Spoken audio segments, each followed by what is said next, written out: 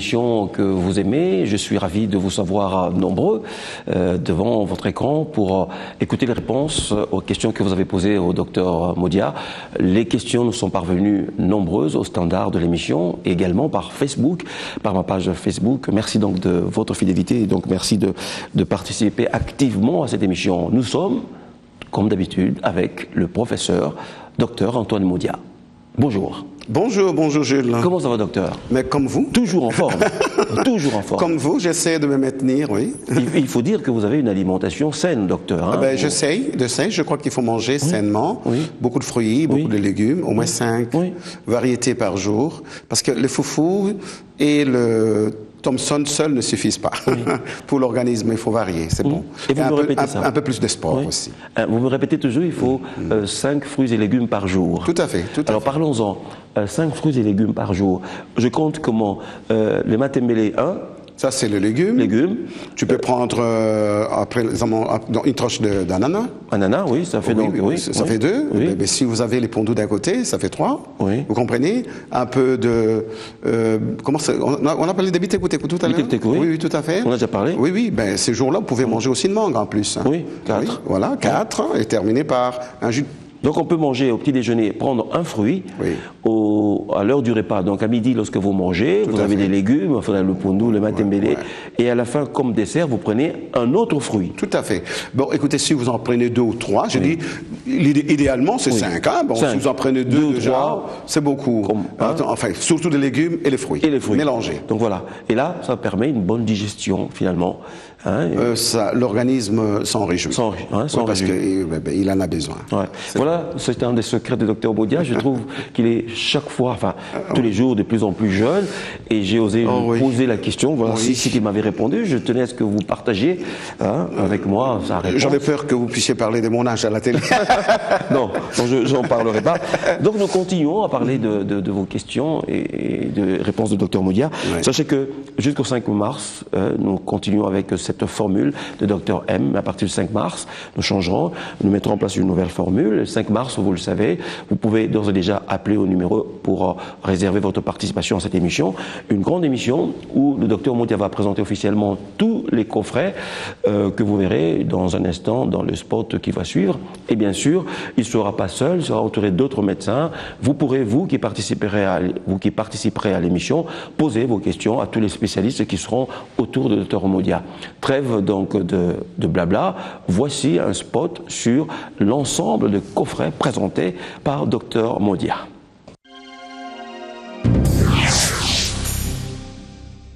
Les réponses du Dr Modia sur votre santé sont désormais disponibles sous forme de brochures et DVD. Vient d'apparaître le brochure sur toutes vos questions sur la grossesse, tout savoir sur le myome, tout savoir sur le kyste ovarien, la sexualité masculine, stérilité, cause et traitement. Gardez chez vous ces brochures vous permettront d'avoir à tout moment et quand vous les souhaitez les premières réponses à vos préoccupations de santé. Chaque thème est traité dans 2 supports différents, une brochure et un DVD qui démontrent la partie du corps traitée avec images et illustrations. Disponible en français et lingala, l'ensemble constitue un coffret. Commandez votre coffret aujourd'hui même et bénéficiez d'une remise de 50% sur le prix de vente. Pour toute commande, choisissez votre brochure et envoyez-nous un SMS au 081 99 11 233.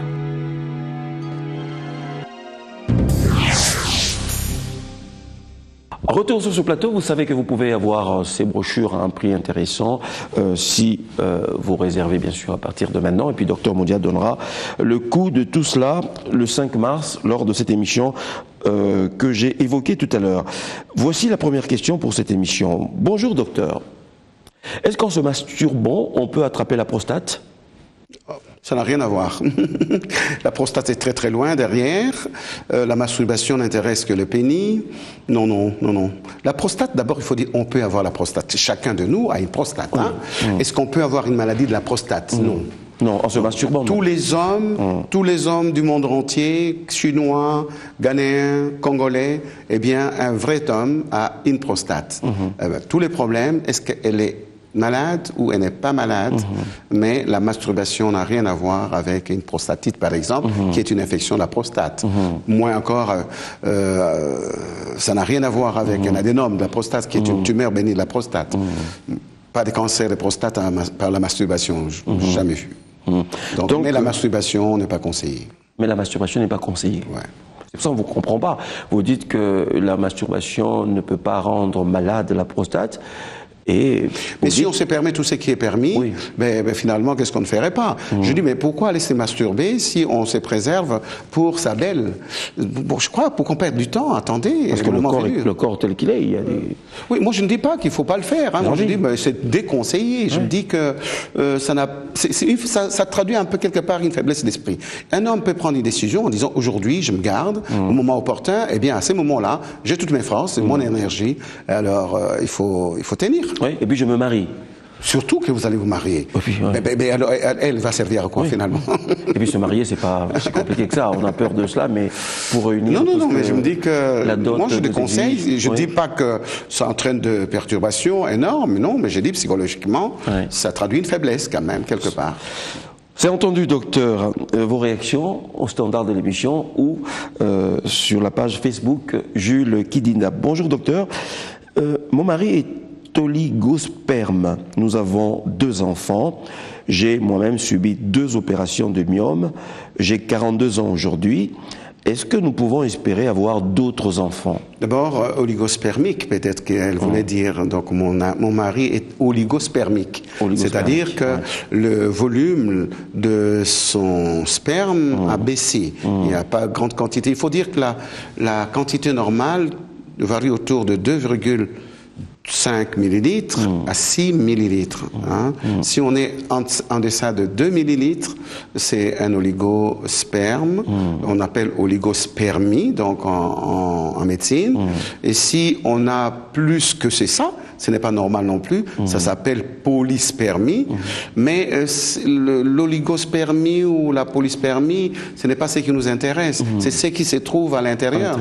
Si on a peu de sperme et qu'il y a une grande concentration de spermatozoïdes virils, fécondants et tout ça, moi ça ne pose aucun problème. 42 ans, ce n'est pas l'âge d'exclusion pour une grossesse, mais maintenant il faut savoir, parce qu'à 42 ans, ce que je dis, c'est que le taux de fécondité baisse à ce moment-là, vous comprenez? Et d'ailleurs, déjà, l'espèce humaine n'est pas assez fécondante. Très bien, très bien. C'est 20% par mois. En ayant des rapports tous les jours, de manière, et surtout en couvrant la période d'ovulation, de fertilité, on n'a que 20% de chances de pouvoir avoir une grossesse. Très bien, bonjour docteur. Ces temps d'infertilité, madame a été opérée 2 fois de, attention, c'est un mot compliqué, l'hydrosalin, mais sans succès. Pouvons-nous garder espoir? Mais j'espère qu'ils sont en train de parler d'hydrosalpinx. Hydrosalpinx. Oui, je crois que c'est l'hydrosalpinx. Et c'est quoi? C'est une inflammation de trompe, les séquelles inflammatoires des trompes, où on trouve des liquides bourrés dans les trompes vers la fin de trompe, ou alors du pus. Et si sa femme a été opérée 2 fois, ce sont des séquelles d'inflammation, d'infection, comme on a dit tout à l'heure. C'est les gens qui ne se préservaient pas, qui ont des rapports sans protection avec n'importe qui en passant et qui abîment l'air trompe. Mais ces trompes avec des hydrosalpinx, vous pouvez les opérer quand vous voulez. Ils ne donnent pas beaucoup de chance à avoir des enfants. Mais par contre, on ne peut pas désespérer avec la procréation médicalement assisté, on peut arriver à des résultats quand même si l'homme ne pose pas de gros problèmes. Donc votre solution, ce serait donc la procréation. Pas de désespoir. Pas de désespoir. Dans le monde moderne, tout est permis, tout est possible. Et sachez que c'est possible dans ce pays, chez nous, d'avoir un enfant par le biais de par fécondation in vitro. Tout ça. J'ai 29 ans, je suis encore vierge. Est-ce que j'aurai des problèmes plus tard? Personne ne me croit. Personne ne croit qu'elle est vierge. Mais elle a 29 Dans un monde complètement perverti, c'est possible que personne ne croit. Moi, je la félicite énormément parce qu'elle n'est pas seule. En tant que gynécologue, j'en vois de temps en temps, de 30 ans, 32 ans. Mais il ne faut pas attendre longtemps non plus. Le problème n'est pas du côté de votre virginité. Le problème, c'est du côté de vos ovaires qui vieillissent avec le temps. Et bientôt, vous pouvez aller vers la ménopause. Je crois que 29 ans, c'est vraiment un bel âge pour commencer à trouver les fiancés qu'il faut, l'homme de votre vie. Et vous n'aurez aucun problème. Vous aurez peut-être de petites difficultés de pénétration parce que vous êtes vierge. L'homme va se battre pour y arriver. Oui, bien sûr. Et d'ailleurs, ils aiment bien se battre. Et puis après, on apprend, quoi. On apprend, vous apprenez. Ne vous laissez Je crois pas. que c'est vraiment, c'est même une vertu. C'est vraiment une vertu. C'est rare. Mais docteur Messier, c'est intéressant. Donc vous voyez quand même des filles vierges à 32 ans. Oui. Je pose toujours la question parce que quand vous venez, surtout quand c'est écrit célibataire, la première question que je pose, est-ce que vous connaissez des hommes? Voilà. Je dis, est-ce qu'on est bimibali? Ok, on me dit non. À ce moment-là, je change d'attitude. Je ne fais plus des touchés vaginales, je fais plutôt un toucher rectal. Tu vois, pour ne pas dévierger innocemment. Mais vous vérifiez pas que elle dit vrai ou pas? C'est pas mon problème de vérifier, je la crois. Je crois qu'il faut croire. Non, c'est mon rôle en tant que médecin, ce n'est pas de dire, tiens, je vais voir si... Si, effectivement, elle est vierge. Non. Si elle a dit, je la crois. Je m'en remets à la volonté de ma patiente. C'est pas à moi de... Au contraire, je crois qu'elle ne mente pas. Elle ne mente pas. Parce que par la suite, ça se vérifie quand même. Hein. Donc vous qui voulez... Parce que par exemple, je vous dis, habituellement, juste après la consultation, je dois faire une échographie vaginale. Une échographie vaginale, je dois passer par les vagins. Et à ce moment, il y en a qui ne disent pas. Et puis, au moment où je vais faire mon échographie, je me rends compte que j'ai un problème, j'ai une membrane devant moi, je m'arrête. Je dis, vous auriez pu me le dire. Le docteur, je ne savais pas que ça poserait un problème. Mais si, ça posait un problème. C'est fou, hein? C'est étonnant. Et je suis heureux, je félicite la personne. Moi aussi, d'apprendre ça, je suis heureux. Non, et les gens ne mentent pas. Il y a de filles vraiment vierges, des femmes vierges à un âge avancé. À un âge avancé, à 32 ans. Le dernier cas, c'était 32 ans. Est-ce que si un homme, je rigole un peu, si un homme qui nous suit, il y en a beaucoup qui rêvent que d'épouser des femmes vierges, est-ce qu'on pourrait vous contacter, docteur? Mais moi, je ne fais pas la liste. Je ne suis pas une agence matrimoniale. Hein. Je vous parle des choses que je suis en train de vivre dans mon beau métier, c'est tout. À elle, à la personne de pouvoir tomber sur la bonne personne. Vous êtes tenu par le secret médical, je sais. Tout à fait. Je rigolais. Docteur, est-ce que j'ai régulièrement des douleurs aux testicules lors des rapports sexuels? Est-ce que c'est normal? Non. On ne doit pas avoir mal pendant les rapports, dans les testicules. Là, il faut consulter. C'est pas normal. En fait, les rapports sexuels, c'est pour avoir plaisir. C'est pas pour avoir des douleurs. Chaque fois qu'on a des douleurs, que ce soit l'homme, que ce soit la femme, il faut se poser la question. Il faut pas hésiter d'aller poser la question à votre médecin. Donc, je crois qu'il faut pas attendre les pires. Bonjour docteur. Là, c'est une femme vraiment qui est très malheureuse. Bonjour docteur. Je me suis marié vierge. Mon mari également. Il était vierge? Oui, c'est ça. Comme on dit? Oui. Mais depuis un certain temps, il n'a plus besoin, il n'a plus envie de me sentir. 7 mois de mariage, déjà, et je n'ai toujours pas de grossesse. Pourquoi tout ça?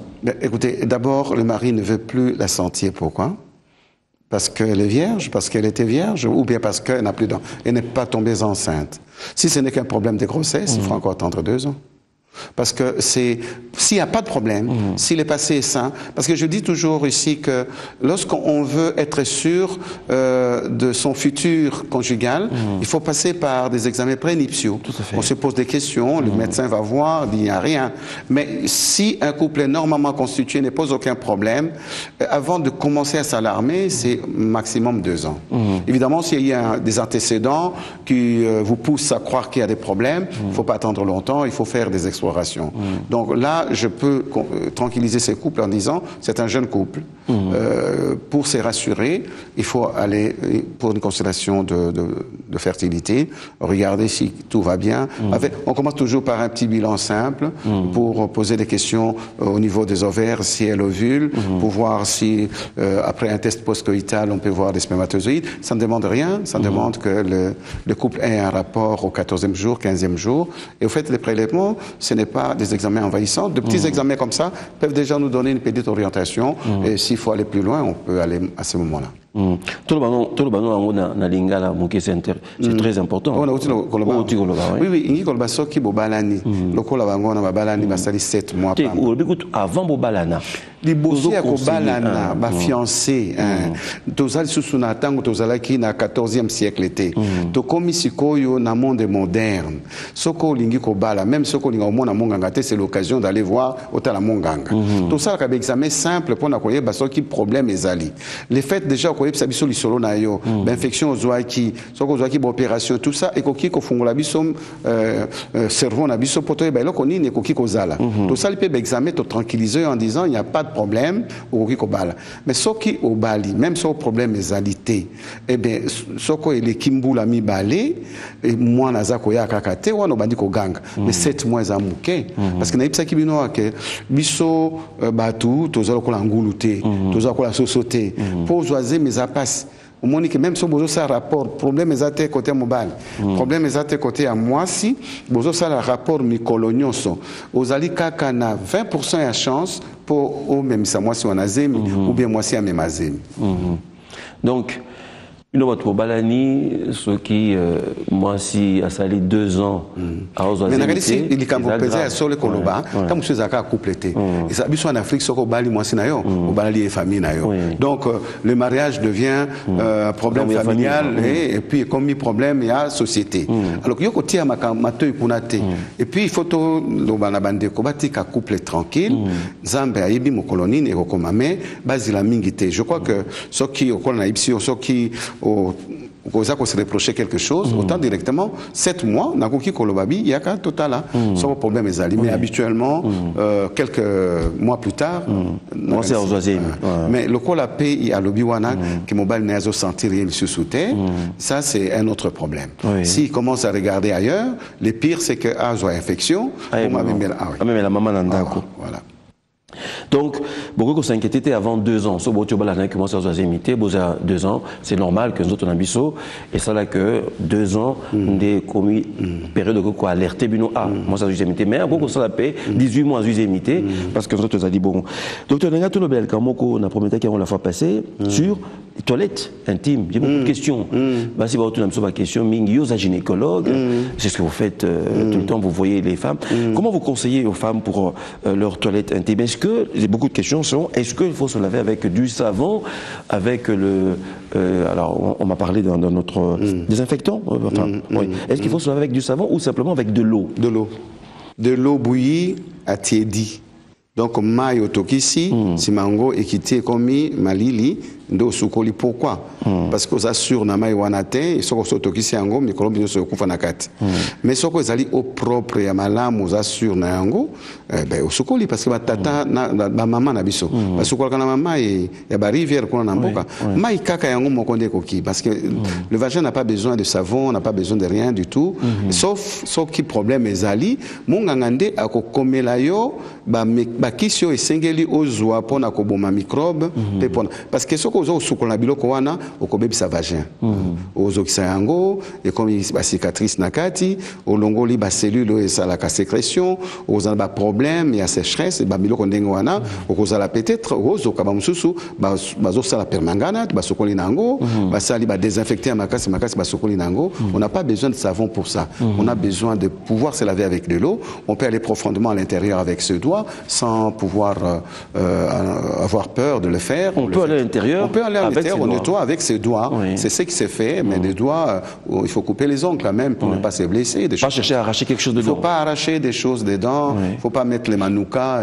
Au contraire, ça va t'entraîner des ennuis. Il y en a qui disent qu'ils doivent mettre des choses pour rétrécir. C'est de la foutaise. Au contraire, ça va vous poser des problèmes. Et pendant les rapports, on ne doit pas avoir mal pour rien. Ok. L'eau suffit. L'eau suffit. Alors vous êtes rassurés, hein, voilà. Trêve de, il y a beaucoup de choses qui se racontent en ville. Par contre, il faut éviter les ustensiles, les utiliser en commun, hein, Oui. parce qu'on ne sait pas, quelqu'un peut avoir son problème. Quand on utilise les mêmes seaux, on utilise les mêmes essuies, on utilise les mêmes toilettes sans désinfection, ça peut entraîner des problèmes. Alors, docteur, là, c'est une question posée par une dame qui est en couple. Bonjour, docteur. Je veux savoir pourquoi je n'atteins jamais l'orgasme. Est-ce parce que mon mari éjacule en retard? Mon Dieu. Mon Dieu, c'est une belle question. Si elle n'atteint pas l'orgasme, est-ce que son mari commence par les préludes? Posez la question aussi. Parce que le problème, l'orgasme chez l'homme peut arriver à n'importe quel moment et parfois plus rapidement que chez la femme. Et la plupart des couples ont ces genres de problèmes, des discordances, de coïncidences d'orgasme. C'est rare. Mais il est conseillé de commencer par les préludes, par l'excitation de la partenaire surtout. L'homme a des problèmes d'érection, il n'a pas de problèmes d'orgasme souvent. Par contre, la femme peut avoir un problème d'orgasme, tout simplement parce qu'on l'a prise brutalement et rapidement, alors qu'elle est en train de monter tout doucement, et l'homme arrive, et quand l'homme arrive, c'est presque fini à ces moments-là, il faut recommencer, et parfois c'est difficile de répartir tout de suite. Donc je crois qu'il faut un problème, il faut connaître sa femme, il faut connaître son homme, il faut parler, il faut pas, tu vois, il y en a qui font l'amour dans le noir, donc ils éteignent tout et tout ça, on ne voit rien et tout ça. Non, non, ça c'est pas... Donc écoutez, vous connaissez, regardez-vous, commencez par chercher les points érogènes de votre femme. Tout le monde, il y a des femmes qui sont clitoridiennes, il y a des femmes qui sont plutôt ont des zones érogènes au niveau des seins, de partout. Donc il faut savoir quels sont les points, je dirais, qui donnent les déclics. Voilà. Pour le savoir, il faut que le couple puisse communiquer. Il faut communiquer, il faut parler. Il faut parler même pendant l'amour. Oui. Pendant qu'on fait l'amour. Il faut que les deux puissent se dire, non, voilà, moi j'aime ça. Ça va, écoutez, oui, écoutez, de ce côté-là ça va, continuez. Mais il faut le dire, si vous ne sentez rien. Et comment est-ce que moi je peux m'imaginer que vous ne sentez rien? Au contraire, moi j'ai mon plaisir. Parfois je me contente de mon plaisir. Parce qu'il faut un dialogue, même pas dans les rapports, et ça fait plaisir d'ailleurs. Ça fait partie du plaisir. Peut-être que les hommes ne sont pas prêts à entendre cela, que la femme leur dise, voilà, moi je veux plutôt que tu fasses ceci. Écoutez, il y en a qui viennent tôt tard, ils ont bu, il a le temps de pouvoir se jeter dessus et ronfler. Et ça, c'est pour ça qu'il faut venir auprès de gynéco. Nous faisons, en fait, dans la gynéco, nous avons plusieurs petites spécialités qu'on appelle la sexologie, l'andrologie, tu vois. Donc c'est vraiment, si vous voulez, de petits styles de démarches qu'on peut avoir. Ce sont de choses qu'on peut discuter ensemble et peut-être aider les couples. Il y a certains couples qui s'abîment parce que, voilà, comme ces couples-là où les gens ne parlaient pas, ce n'est pas bon. Donc il faut parler et parfois il faut intéresser une troisième personne qui soit votre médecin. Oui, qui est donc le médecin. Écoutez, le gynécologue connaît le corps de la femme comme personne, donc je comprends. Tous les médecins, pour cela, pour l'anatomie, on connaît, mais chacun son travail, c'est vrai, un gynécologue, c'est préférable dans ce genre, parce que ça devient un peu plus délicat à ce moment-là. Pour expliquer à l'homme, voilà, l'homme, la femme réagit comme ça, voici les points qui peuvent être. Je crois que par votre émission, beaucoup de choses, on a sauvé beaucoup de choses. Oui, c'est ce que les hommes me disent. Quelqu'un qui m'a dit, docteur, c'est très bien ce que vous faites. Bonjour docteur, le pasteur nous conseille de ne pas passer les rapports sexuels avant le mariage, c'est-à-dire le pasteur. C'est un bon pasteur. C'est un bon pasteur. C'est un bon pasteur. De ne pas faire les rapports avant le mariage. C'est un bon pasteur. Mais tous ils disent ça. Quoi? Tous ils disent ça. De ne pas faire le rapport avant le mariage. Mais les femmes font quand même ça. Non, je ne sais pas si elles le font, mais bon. Alors voici la question. Est-ce que ces gens-là écoutent les pasteurs? Oui. Est-ce que ces gens-là écoutent les médecins? Apparemment, notre téléspectatrice écoute et elle a quelques soucis. Est-ce que ce retard me causera un jour de problème? Aucun. On l'a dit ici. Hein? Aucun. Bonjour docteur, le professeur. Est-ce que vous enseignez aussi à l'UNIKIN? C'est la question qui est posée. Non, pas encore, mais je tiens des conférences à l'UNIKIN. Mais je ne suis pas à l'UNIKIN, je suis dans d'autres universités. Bonjour docteur, je suis marié, voici 5 mois déjà, 5 mois, et... Mais peut-être bientôt, hein, donc tout est possible. L'Uniquine, vous parlez de l'Uniquine, oui, peut-être bientôt. Oui. Mais ce serait bien, les étudiants seraient contents de vous avoir comme professeur. Mais pourquoi pas, ceux qui sont ailleurs sont contents aussi. Oui, je sais, mais bon, c'est vrai que moi je suis content déjà d'apprendre beaucoup de choses avec vous. Oui, mais parce que j'étais très surpris un jour, je sors de mon cours avec les étudiants de l'université protestante de Kinshasa, donc de l'USEKIN, et qu'est-ce que je vois? Je vois là de médecins généralistes qui étaient venus assister à ces cours-là. Je dis, professeur, nous te suivons à la radio, à la télévision. Eh bien, nous avons bien voulu venir expérimenter comme ça la télévision. Nous n'avons pas eu la chance, mais nous revenons, nous apprenons pas mal de choses. Moi, je crois que je pourrais peut-être organiser des cycles de conférences pour des thèmes bien ciblés et intéresser les jeunes étudiants et les jeunes médecins. C'est ce qu'on appelle qui ne sont pas nécessairement mes étudiants. Oui, tout à fait. C'est ce qu'on appelle d'ailleurs la formation continue. Hein. Tout à fait. Je crois que les médecins on va le faire dans le cadre. On lance une émission et comme ça, dans une grande salle de conférence, et on tient un cours. Vous êtes là aussi. Vous pouvez compter sur moi, je ne vous lâcherai pas. Bonjour docteur. Moi non plus. Alors je suis marié 5 mois déjà, 5 mois déjà, je ne me réjouis pas pendant nos rapports sexuels. J'ai 26 ans, donc je n'ai pas de plaisir. Donc il faut parler en couple, encore une fois, avec le médecin. Parler. Il faut vraiment parler, il ne faut pas hésiter, il faut venir voir le médecin et ensemble on pourra certainement trouver une solution. S'ils font déjà les rapports, c'est bien. Il y en a qui n'ont pas la possibilité d'avoir des rapports, mais ce couple-là a des rapports. Et si la femme n'a pas vraiment trouvé son compte, il faudra que... Sinon le couple va mourir. Parler et aller voir une troisième personne au lieu de chercher à aller voir ailleurs. Et souvent, quand vous ne parlez pas... Les féticheurs n'ont rien à voir. Oui, ailleurs, le féticheur, ou aller chercher à avoir un autre partenaire. Commencez déjà à parler pour vous connaître mutuellement. Si vous n'arrivez pas à le faire, allez voir un médecin. Ça ne vaut pas la peine d'aller voir ailleurs, parce que vous ne savez pas. Si vous faites la même chose, vous n'en parlez pas. Le deuxième partenaire, vous n'en parlez pas, vous allez faire le tour du monde. Non, peut-être que le deuxième partenaire sera plus expérimenté. Vous croyez que c'est un problème d'expérience par rapport à l'autre? Je ne pense pas. Ok. Dernière question, docteur. Que faut-il faire lorsque les spermes ne se produisent pas? Donc, pour augmenter la quantité de vos spermes, c'est ce que vous voulez dire. Est-ce qu'il faut manger quelque chose? On entend beaucoup de choses en ce moment. Heureusement que vous dites qu'on attend, mais sur le plan scientifique, il n'y a aucune démonstration là-dessus. Il y en a qui disent qu'il faut manger beaucoup de manioc cru, il faut manger beaucoup d'arachides cru. Moi, je ne sais pas, il n'y a aucun rapport, il n'y a aucune... une communication directe entre ce que vous mangez et ce qui se passe dans votre testicule. Non. Je crois que s'il y a un problème de sécrétion ou de fabrication de spermatozoïdes, seul le spécialiste peut vous dire il y a tel hormone qui manque, parce que nous savons ce qui se passe pour qu'il y ait des spermatozoïdes normalement constitués et qu'il y en ait beaucoup et qu'il y en ait qui soient vraiment fécondants. Donc l'organisme lui-même gère cela. S'il y a un déséquilibre hormonal, c'est au médecin de pouvoir rééquilibrer les choses. Ce n'est pas en mangeant les ngouba et tout ça que vous arrivez à pouvoir produire autant de sperme. Et je vous ai dit aussi, ce n'est pas la quantité de sperme qui compte, c'est ce que contient le sperme qui compte. Vous avez longtemps parlé de ça, là, vous avez comparé le sperme, les spermatozoïdes à la rivière et les poissons. Voilà. La rivière étant le sperme. Je crois que ça frappe et c'est vraiment... Et ce sont les poissons qui fécondent, de fait. Hein? Donc, ce qui importe, ce sont la qualité des poissons. Vous pouvez avoir un plus grand étang, mais s'il n'y a pas de poisson dedans, vous mourrez de faim. Parlez-nous, docteur, de cette émission, cette grande émission que nous ferons le 5 mars 2014.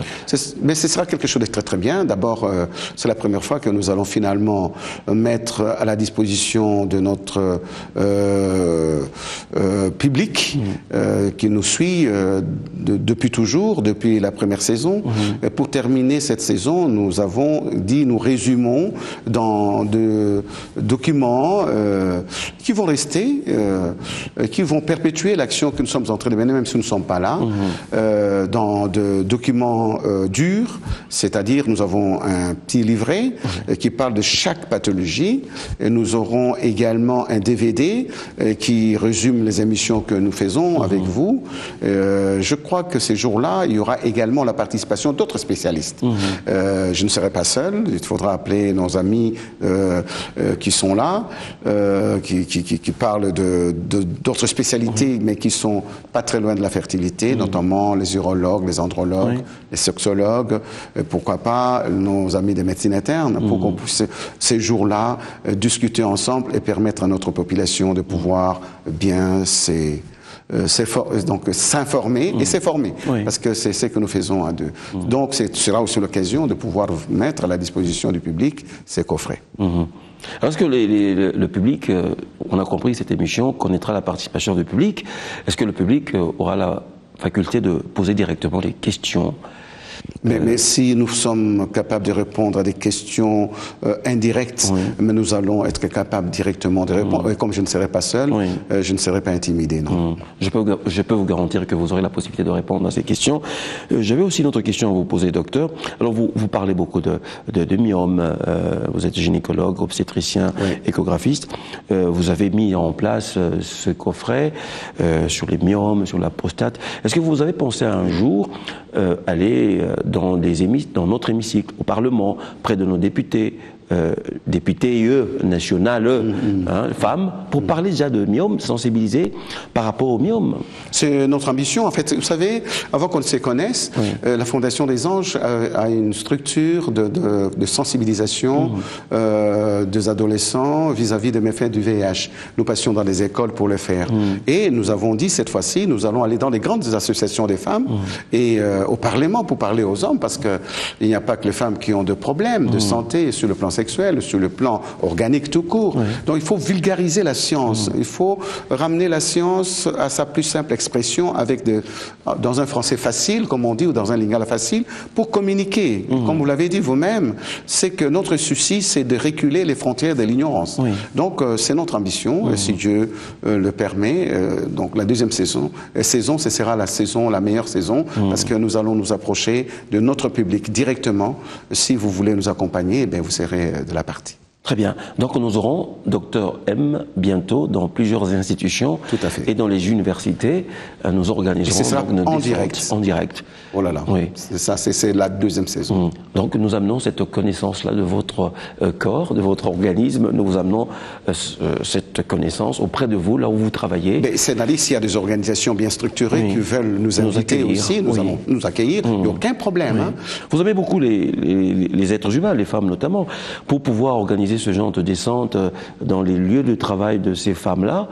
Vous dites certainement qu'elles n'ont pas vraiment le temps d'aller voir le médecin. Vous y allez en sensibilisant. S'il faut porter l'information localement, il faut le faire. Et en faisant le dépistage. Gratuit. Au lieu de travail, là. Au lieu de travail, gratuit. Et puis, bon, c'est que vous ignorez peut-être, vous le savez maintenant, le travail que nous faisons maintenant sur le plateau, nous le faisons depuis longtemps sur terrain. Nous avons au sein des cliniques des Anges un corps qu'on appelle corps expéditionnaire médical d'urgence. C'est-à-dire, il y a un groupe de médecins qui se comportent un peu comme des médecins sans frontières à la congolaise. Nous allons dans les endroits les plus reculés comme Maluku, comme Ngandamosolo, comme Kanzangulu.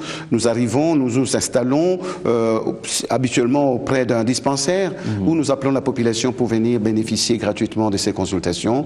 Et nous faisons des échographies en plein air.